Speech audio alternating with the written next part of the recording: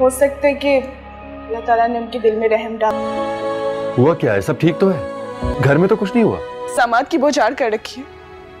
क्या आपने उन्हें मना किया?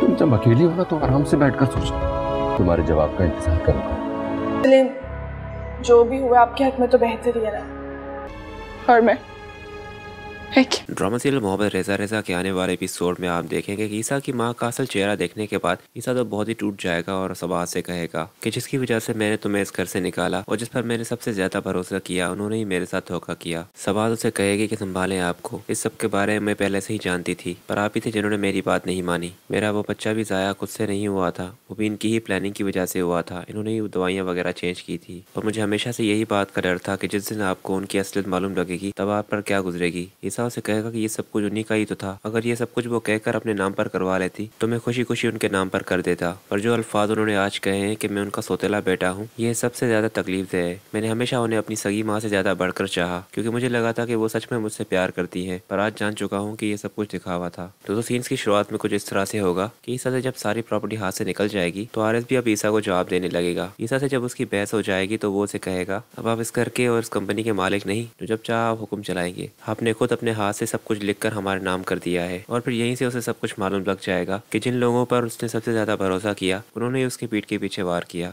और फिर नेक्स्ट सीन तो बहुत ही बेस्ट होगा जब ईसा की माँ से बात करेगा ईसा उन्हें कहेगा कि क्या जरूरत थी ये सब कुछ करने की, मैंने तो आपको अपना सब कुछ समझा था, आपकी हर बात मानी, आपकी हर ख्वाहिश को पूरा किया और ये सब कुछ जो आप करती थी मेरे लिए ये सब कुछ दिखावा था। इस पर वो उसे कहेगी कि घुटन होती थी मुझे इस घर में, सब चीज तुम्हारे नाम पर थी, ना मैं कुछ कर सकती थी ना कुछ ले सकती थी, और अब देखो आज मेरे पास सब कुछ है, अब मैं जो चाहूँ ले सकती हूँ। और फिर यहाँ पर बहुत ही इमोशनल सीन होगा ईसा का। और फिर ईसा जब टूटकर पूरा बिखर जाएगा तो सबाद उसे हौसला देगी, पर सबाद भी चुप नहीं बैठेगी, वो भी जाएगी ईसा की माँ को कहेगी कि क्या मिला आपको ये सब कुछ करके, आप जानती है आपने वो बेटा खो दिया है जिसने आपका हमेशा ख्याल रखा, पर आपको इस बात का भी एहसास नहीं होगा, आपको पता तब लगेगा जब आपको मदद की जरूरत होगी पर आपके पास कोई नहीं होगा। यहाँ पर तो ईसा की माँ उसे कहेगी कि मुझे अगर किसी भी काम की जरूरत होगी तो मेरे पास आरएस है और अरीशा की भी शादी हो चुकी है, इसलिए अब मुझे किस बात की परेशानी। पर दोस्तों ईसा की माँ को ये बिल्कुल भी नहीं मालूम होगा कि आरएस भी उसके साथ बहुत ही बड़ा धोखा करने वाला है। वो जो पीठ पीछे ये सब कुछ करवा रहा है वो भी अपने फायदे के लिए कर रहा है। और फिर जब आरएस की माँ को ये मालूम लगेगा कि आरएस ने उसके साथ बहुत बड़ा धोखा किया है तो वो उसे कहेगी कि ये सब कुछ मैं तुम्हारे और अपने लिए कर रही थी, तुमने मेरे साथ खेल खेला है आरएस। आरएस उससे कहेगा क्योंकि मुझे आप पर भरोसा नहीं था अम्मी, ईसा जिसने आपसे इतनी ज्यादा मोहब्बत की, आप अगर उसके साथ ये सब कुछ कर सकती हैं तो जब आपको मौका मिलेगा तो क्या आप मुझे छोड़ेंगी। दोस्तों आरएस की ये सब कुछ कह जाने के बाद ईसा की माँ को तब एहसास होगा कि ईसा उसका सौतेला बेटा नहीं बल्कि सगों से भी ज्यादा था।